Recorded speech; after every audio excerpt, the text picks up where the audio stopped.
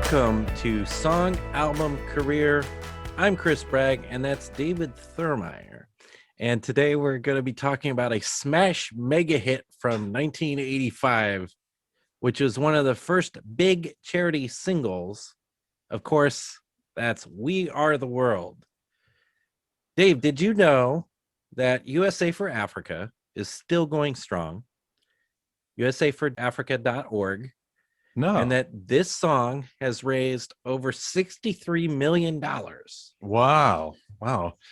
I did not know that it was still a thing. I thought it just faded out after the big hoopla after the single. And wow, so it's still going. So you could still make a donation to USA for Africa now. Yeah, and they're still doing great work as far Yeah. as helping people in Africa. There's a lot of climate change has affected the African continent. So just wanted to get that out. That's right good off to the hear. bat. Check out USA for Africa. Go donate to USA for Africa.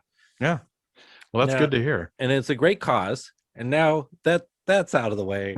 if we end up making fun of the song a little bit here and there, hopefully you won't hold it against us. It's a good cause. It's an interesting song. So the first question I just want to ask Dave is, do you like this song? Ooh, well, I do, because I think I probably didn't for a time, but because I bought the single, I bought the original. I think I probably still have it somewhere. So I, like everybody, I bought it, and it was like a time capsule of everybody who was famous at that time in 1985. And so I think it suffered from so much overexposure and overplaying. But well, but it's number you one and I are for many weeks. But you and I grew up in the same time, and and so I think now looking at it, it's more of a nostalgic thing, and it just, like, I like it more and more now, I guess, because I'm like, all these people were just so important when I was growing up, and like big legends, and it brings me back to when I was a kid. Well, I loved it as a kid, and I distinctly remember being on the bus, because I used to ride the bus to school all the time, because I lived way out in the country, and I went to a school, Villa Grove, Illinois, which is still a small school. And so I just remember being on the bus and then like performing it for like people like doing where's the church? We're back there. You were each of the singers. Doing each of the singers. So we are the world. So I always enjoyed it a lot because of that. And I think over the years it's got an extra kitsch factor to it. Totally.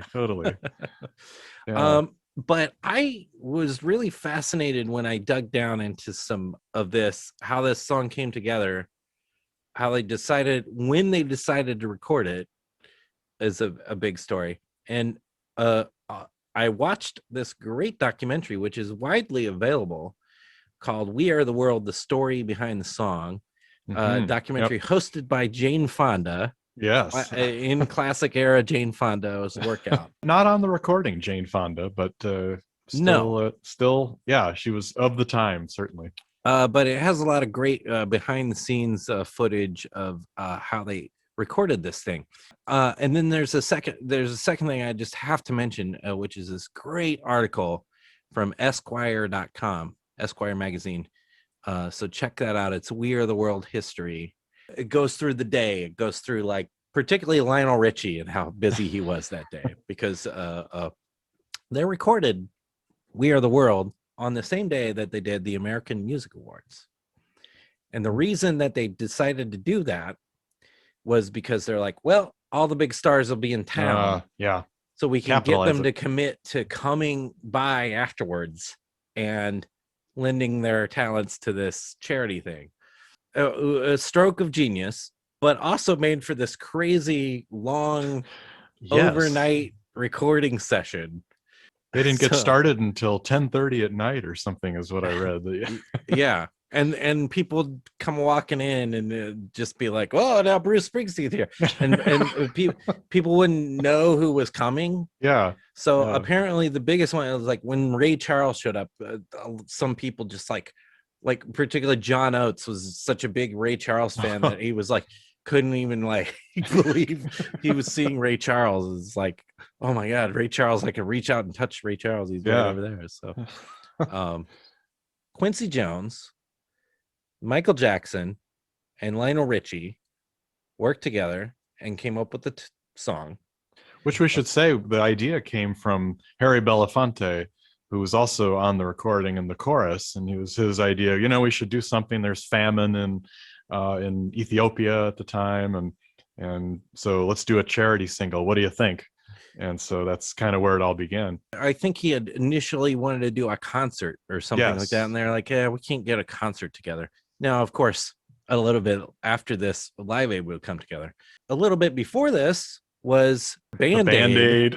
Do They Know It's Christmas? That song we could talk about at a few. That'd be another good song to talk about. Maybe Christmas time we'll bring up that one. Yeah, we'll do that. And it was still in the charts. And doing popularly when they recorded this song. So there's such a new phenomenon. It's not like that there'd been 100 charity singles at this point. It was sort of like a new, unique thing. And so in order to like get all these people together, it must have been a monumental task. Oh yeah. And so I guess Lionel Richie did a lot of the legwork on getting talking people into coming. There are people who were invited who didn't show up. Mm-hmm. Most notably Prince. Yeah. There was supposed to be, I guess, Michael Jackson and Prince had a rivalry, didn't like each other, but they designed it so that Michael Jackson would sing and then Prince would sing right after him. So it would seem like, oh, look, we're all getting along here. Isn't this great? Some other people weren't invited. Madonna, most notably. Oh, yeah, because she was at the top of the world at that time. Yeah, so I got to mention the one. Did you see about why Eddie Murphy didn't come? Oh yeah, he really regretted not coming too. He was just he said he was embarrassed. He was recording his wonderful single "Party All the Time." That's right. Couldn't get away for "We Are the World." Hey, that is the best Eddie Murphy song. It probably is. Well, anyway, so what they did is they had a film crew. They brought in a film crew, and then first they recorded the basic track, and then wisely Michael Jackson was like, you know what, we'll record all of the vocals with just me, and that way if somebody needs to hear it how it's sung, the Michael Jackson version is there, or God forbid people drop out, the Michael Jackson version's still there. And that's why in the video you see these cutaway shots occasionally.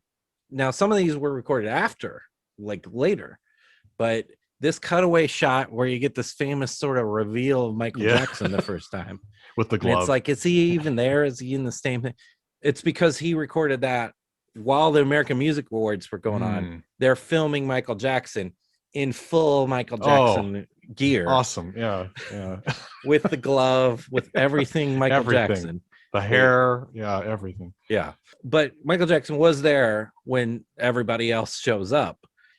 After they got everybody herded, into one place, they're like, okay, we're going to put Quincy Jones up on a riser and we're going to record the chorus. Yeah. So we can make sure we get the full chorus.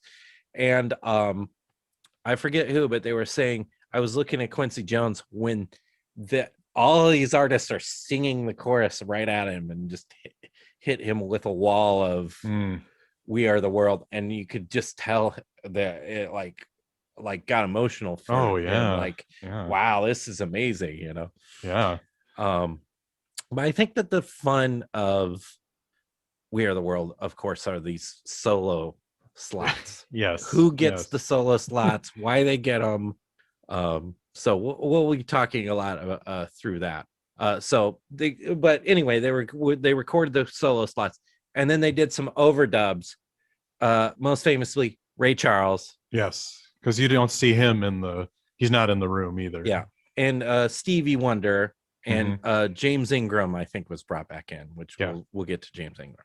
The best bits about the music, one is everybody singing together is pretty strong. The melody is good.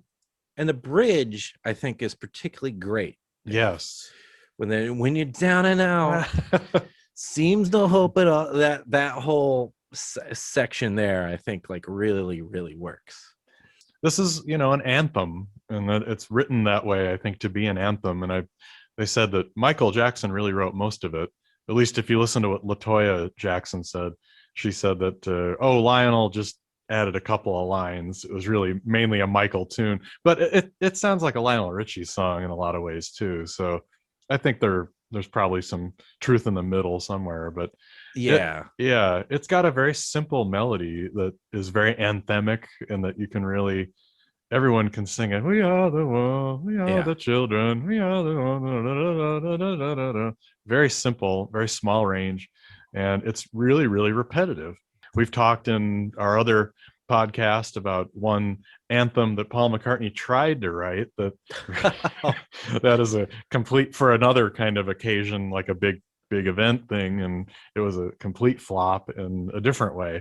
Freedom is what he's talking about, which is I think we both agree a all-time dud. Yeah, absolutely. That is a dud. That is a real dud.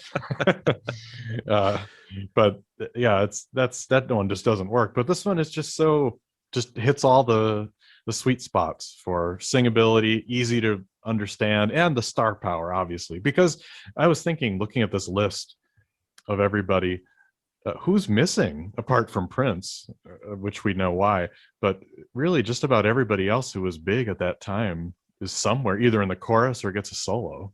So yeah, maybe some, and Madonna, I guess, artists that were around, but their careers weren't super hot at the moment. It didn't show up, but like Paul McCartney or something. Yeah, but I think it was mostly American artists. I think they were sticking to. So there are some artists there who don't get solos, which it blows my mind. And but we'll get into that here in just a minute as we go through each one. You mean Dan Aykroyd? You were wondering why he didn't get a solo? No. Sticking a little bit with the music, if there is a criticism, I think that that intro doesn't hold up musically. It's that with the the tinkly kind of, yeah, that's Quincy Jones probably, because he arranged it, I think, so that's probably his, and he was very close with Michael, and did all the arrangement, but kind of a weak start. They recorded it the night of the AMAs, January 28th 1985, and it took all night, and we we get all these solo performances. I guess some of them they knocked them out real quick, and they were like, okay, you can go. I guess Daryl Hall being one, and he's like, I wasn't scared, I just stepped up to the mic, I sang, and then I was gone. But a lot of other people took a lot of coaxing, particularly one Mr. Bob Dylan. So I wanted to start with Bob Dylan, because Bob Dylan's part is great, but he seemed very nervous to be there, and very, on all of the videos, he seems a little lost and a little scared to be, maybe before Bob Dylan's sort of career resurgence with Oh Mercy. He kind of lost his way and lost his confidence. Yeah, it was sort of like, I don't know if I got it anymore. And I think that's the Bob Dylan we're getting here. Yeah. But I like the Bob Dylan parts, and I think that they did a good job of. Apparently, Stevie Wonder worked with him, and Stevie would be there and sort of doing a Bob Dylan impersonation to Bob Dylan to kind of get across what to sing to him. And I think he ends up doing a great job. He does. I believe, isn't there a video of rehearsals with Bob, and he's really trying to figure it out, and he does seem a lot more sheepish or a little more shy than usual. That could be because he was kind of in a real lull in the mid 80s, not much happening. And I'm looking at this list again, thinking of who were like top-notch 60s stars. So you've got him, you've got Paul Simon. Some of the people who don't get solos, which the most egregious one to me. How does Smokey Robinson? Yeah, that's a big omission. Smokey Robinson and the second one to me is Lindsey Buckingham. Yeah, Either of certainly. those guys would have been better than James Ingram. Gets two singing. He sings at the beginning, and he really doesn't go full James Ingram. No. And then they bring him in for that ending part, and he's like really James Ingram it up. Mm-hmm. But and he was he has a great voice. He was a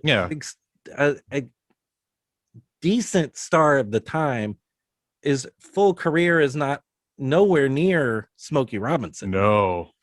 So how Smokey Robinson gets invited, and then it's like, we don't want you to. And I guess people show up and then find out if they had solos or not too. Well, they didn't even know. They didn't even know. They like they just walk in, and it's like, okay, well, we want you to do this thing.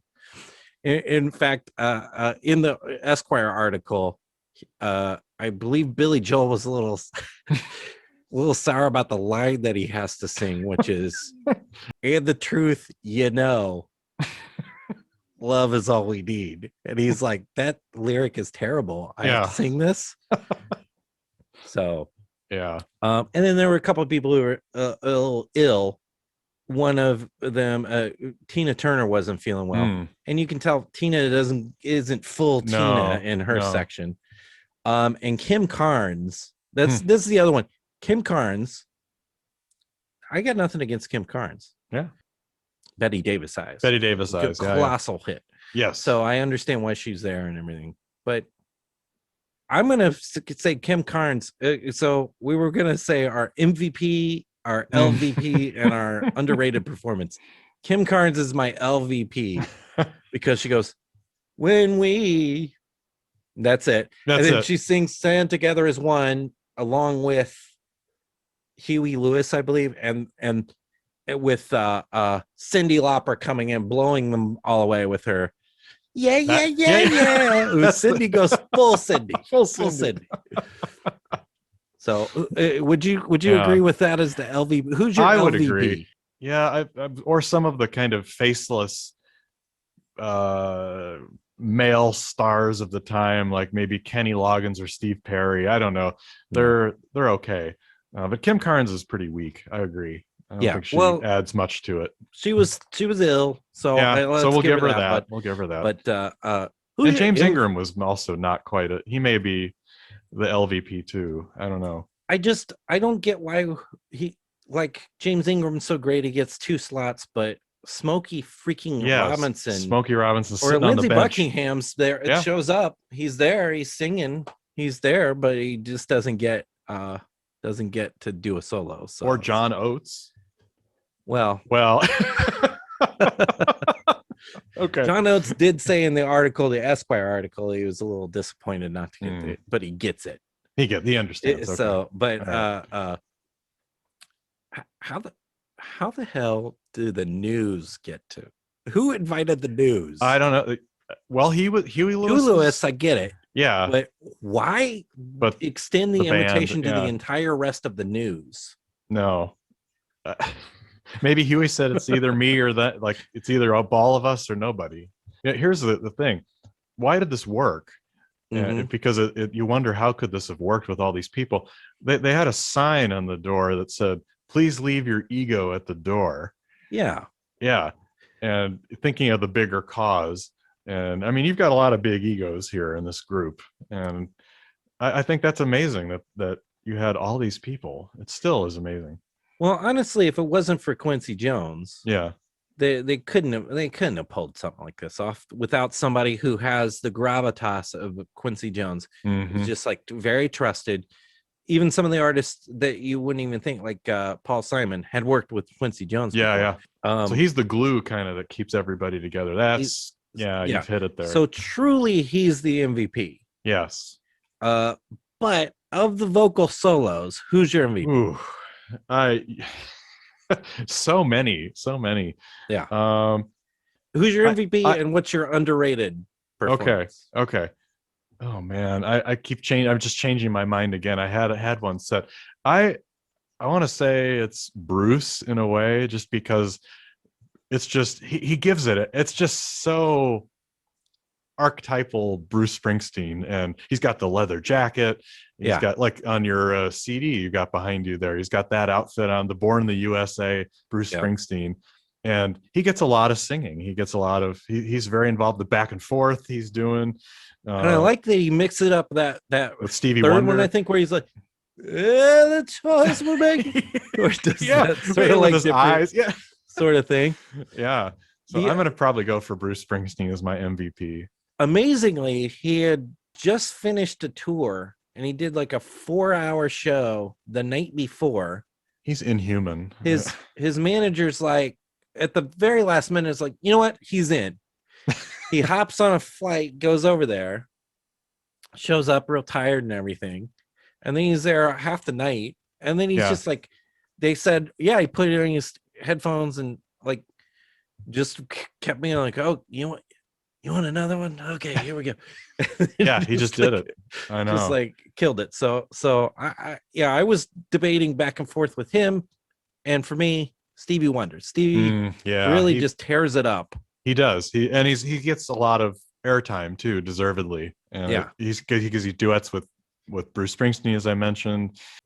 So he was filmed later, you said, or for part of it, or at a different time, or because he's in the studio, it looks like. Yeah, what they did was they did the whole thing, and then they were like, we need just a little punch up some areas here.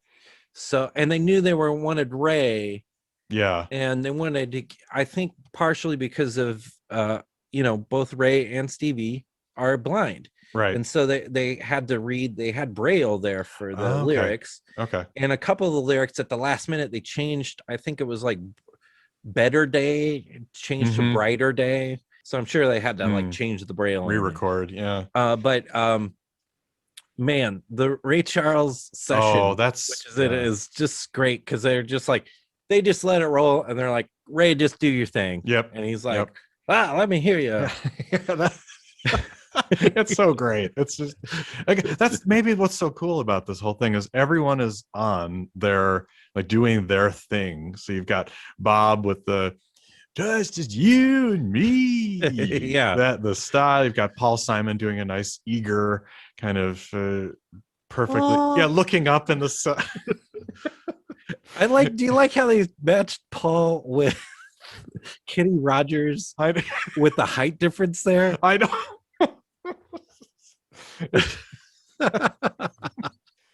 I know. It's like, even the country guys, like, when Kenny and Willie Nelson, they're just doing their thing. We can't go on. Willie Nelson duets with Dionne Warwick, which is really nice. Well, that's a good pairing. This is my underrated performance. I love Dionne Warwick. She's awesome. She just does such a great job. And apparently she had done it like in the first 3, 4, 5 takes, sort of old school Dionne Warwick, sort of soft. And then in this take that they used, she just rips in that, well, said in my heart, and it's just sort of like like an electric bolt went through the studio. So that's my big underrated performance. Yes. Yeah, I'd say that she's it's a great performance. Who else is underrated? Well, Cyndi Lauper. It goes full Cyndi. Full Cyndi. Wow. Yeah. And she's dressed to the hilt and everything. Yeah. And Michael Jackson's that's what you'd expect from Michael Jackson, I think, there. So that was somebody. I'm not a huge Michael Jackson fan, but I like the Off the Wall and Thriller and stuff. But I do you remember where you were when he died? I was in a bar with some friends watching, and it was on TV, and it was like, wow. And he'd sort of forgotten about him by that point, but you watch him in this video and he's got something. He's got that magic. There's something just special about when you just see him, and just that star power that it was there. It was in its full glory at that time. Yeah. Of course, we don't want to get into too much of the private life of Michael Jackson. Well, if you've seen any of that documentary, and sort of like if we're talking O.J. Simpson football, right. It's hard to not remember Of course. OJ Simpson murdered his wife too. Yeah, Phil Spector. I mean, all these people. Exactly. Yeah, they're Phil Spector's a great example. Yeah. So there's that. That factor always sneaks into the mind. Bob Geldof shows up for this, and yes, there, and of was Live Aid fame. Live Aid fame. Live Aid. Yeah. He started Band founder, Aid, which kinda. was the founder. It sort of founded this whole thing, and he really passionately spoke at the beginning of the session to the group about he'd been to Ethiopia and what was going on, and this is really for these people. So let's really tap into a thing. Now I think when the session started, they got into like a little bit of a wobbly area where some people were throwing out some ideas. Stevie Wonder apparently wanted to sing a little bit in Swahili. Yes, that was the interesting one. And Michael Jackson was suggesting some Shimon type lyrics and stuff. Some Michael Jackson lyrics. And apparently Ray Charles was like, "That's enough of this. Let's record." And everybody's like, "Oh, okay, Ray. All right, Ray said let's go." Yeah. And all of the Jacksons were there, by the way. I was going to say Jackie, Latoya, Marlon, Randy, Tito. So do you like that moment when they sort of have the 80s like lighting fades of Michael Jackson and Diana Ross going back and forth there? And Diana Ross, by the way, was one of the few. Her and Al Jarreau, I guess, and a couple people. They handed out these USA for Africa white sweatshirts. And she's like, "Oh, I love it," and it was wearing it the whole time. Like she it's like she was the one that sign was needed, that check your ego at the door. And she like took it too far. She was like, "Oh yeah, I'll do whatever." Apparently she was like, later she was like to one of the directors of the film or something, she was like, "Hey, you haven't eaten yet, here's my hamburger." Like, she's really taking you this is not the diva we know and love. No. So of course, big huge smash, did very Platinum, well, Grammys, all the awards. Yep. They performed at Live Aid. They performed the song with probably about 100 people on stage, and I don't think everybody that was on this recording was there at the time. There was another cover version, though, Dave. There was, and actually, even if you look at the Wikipedia article, it says so we'll talk about the one that was a little over 10 years ago. Yeah. But in March 2020, Lionel Richie suggested a third remake should be made to communicate a message of global solidarity during COVID-19 and raise funds for aid efforts. Yeah. But yes, the other one was for Haiti. The other one was for Haiti. So the great idea to try to help out the people of Haiti. Big earthquake. Yeah. Big earthquake. So they decide to get together a whole bunch of people. Oh, Dave, but this is trouble. It's really not good. This is the 20th anniversary We Are the World for Haiti. You can see the video online, has a lot of views. You know you're in trouble when the very first singer is a young Justin Bieber. Yes. Yeah. I mean, it's like, we're gonna get the lead singer of Frey's gonna get a line. Fergie's gonna get a line. And then one of the better moments in it, they leave Michael Jackson in there, who had passed away by that time. But then Janet's singing along with him. Yep. There's some people and that have some heft to them, like Barbara Streisand and Snoop Dogg. There's a lot of garbage mixed in there too. Jennifer Hudson, great. Nicole Scherzinger, is in there, or Mary J. Blige, fantastic. Mm-hmm. Jamie Foxx. No. Celine Dion. You got these opera singer, like operatic type singers like Celine Dion and Josh Groban. Oh yeah, and that totally doesn't mix. No. You're right. When you go from Miley Cyrus to Enrique Iglesias to Jamie Foxx to Wyclef Jean. All over the place. Yeah. And then they add this whole rap section, which was a good idea, but rap is not just a homogenous thing. where you can just be, oh, let's just have a rap section and that'll be Right. cool. It's like trying to get all these styles together just did not work, because you want people to be able to rap their own thing. Kanye is trying to rap something, and that's totally different than, say, what T-Pain would do, or so it Snoop just Dogg, doesn't yeah. it doesn't come together, and it doesn't work. No. And throw on top of that Wycliffe John, who is from Haiti. So he's very passionate, and he sort of brought this project together and helped bring the project together.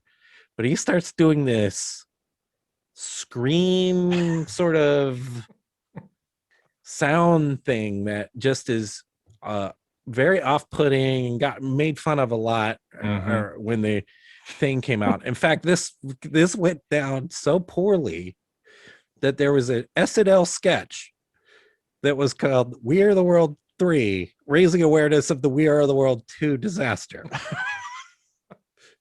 Proving once again that remakes are not always a good idea here. Yeah. And I apologize to the news for earlier saying that they should be in that, because this chorus is even less exclusive than that, because you've got Vince Vaughn. That's right. You've got Jeff Bridges. What is Jeff Bridges doing there? But Brian Wilson was there. Yeah, well, yeah, and Al Hardin was there as like the oldest looking guy in the world next to sandwiched in between, just Jason Mraz, who's always been one of my least favorite artists, is there. So just it didn't go well, go over well. No. Very unpopular. Really, when I listen to it, it's like not the worst, but it just, and I do like some of the. Yeah. I do like some of the sections in the rap thing. I always really like T-Pain. I'm a big T-Pain guy. But Robin Thicke. Catherine McPhee, remember her from American Idol? Oh, yeah. It's got quite a rogues gallery of people on this list here. Nicole Richie, for obvious reasons. And there's some good singers in there too. Harry Connick Jr. Yeah. John Legend. Now, there is one other cover version, which is this thing they did a few years ago, which just had YouTube stars. That's what, I tried to watch it and I was like, I don't know any of these. No, I didn't know any of the people at all. No. Who wants to watch this, No. But most of the other cover versions out there are, like I was saying, some sort of comedy version, a lot of sketches, a lot of parodies. There's a Mad TV one out there. There's SNL did a very unfortunate now looking thing with Prince called "I Am Also the World." Yes. But it was Billy Crystal playing Prince, which you would definitely times have changed. Try to do today. But apparently, when the We Are the World 2 came out, Huey Lewis did one called "I Am the World" as a sketch on something where he was just doing all the parts because he wasn't invited. So. I think it's probably best to stick to the original. Stick to the original. Do not dive into any of these things. Even the sketches are pretty bad. Well, how does it hold up here now, all these years later, would you say? Well, I think it holds up well. I'm a big 80s music fan, Dave. If you don't know, when sort of my thing when I was a kid was listening to the Countdown. I used to listen to Countdown America with John Leader, the countdown we had available to us in our area. It's like the Hydrox of Countdown. And I used to write down all of the songs. So I'm a huge nut for 80s music. I think it holds up. It sounds pretty good. And a lot of the artists like great to capture. Yeah. It's sort of like taking a family photo of all these people on a day in 1985 when they were, a lot of them won awards. And Lionel Richie, which to get back to Lionel Richie, he hosted the American Music Awards. He was the host too. And performed in it, did a whole song and everything. and then had to go and do this. So he was like, I'm gonna make myself the first singer, so I take the weight off of like Huh. all these other people. I'll just knock out my part early. But what Wow. he didn't realize is, we got to restart it. So you would have to do it It was a over long and day. over and over again. So long day for Lionel Richie, and Yeah. he was surely exhausted by the end of it. But very successful. Made yeah, it was really the kind of brought in the 80s were kind of that decade of the celebrity single and the charity single and the concerts that really, I mean, there's some obvious famous ones before the 80s, but I mean, especially 1985, you think with you mentioned earlier, Live Aid coming up later this summer, it was really kind of that was the peak of that kind of idea. Yeah, it kind of takes you to what I think I'm nostalgic for is this idea of like, oh, here's an issue in the world, and let's all pull together and try to help with it, instead of what life has become now to some extent is, let's argue about if there's an issue. Yeah, we can't even agree. We can't even agree if there's an issue. So some people forge forward and actually do some good in the world, but something like this would be more difficult now, I think, because you have are people really starving? There's fake news. People aren't really starving in Ethiopia in 1985. They don't believe it. No, it's just a hoax. Yeah, some sort of conspiracy. Yeah, like that. So it really makes these kinds of events seem even more powerful, the fact that they actually happened and there was like an idealistic, I mean, obviously they're, they didn't get paid to do this, so their money all went to the proceeds, so there was kind of an idealism, at least for this one night, that is kind of nostalgic in a way. To do one night's work, even though it was a tiring work, and raise $63 million to actually help people out is amazing. It is so and very cool for us as looking back at our youth and seeing all these stars in one place. It's pretty incredible. Well, that's it for us here. Chris and Dave here. If you like the show, please give us a follow or a subscribe or whatever it is. Smash that like button. Yeah, smash that like button. Always you have to point down too, because that like button's down there. And we'll be back with another song or album or career to discuss very soon.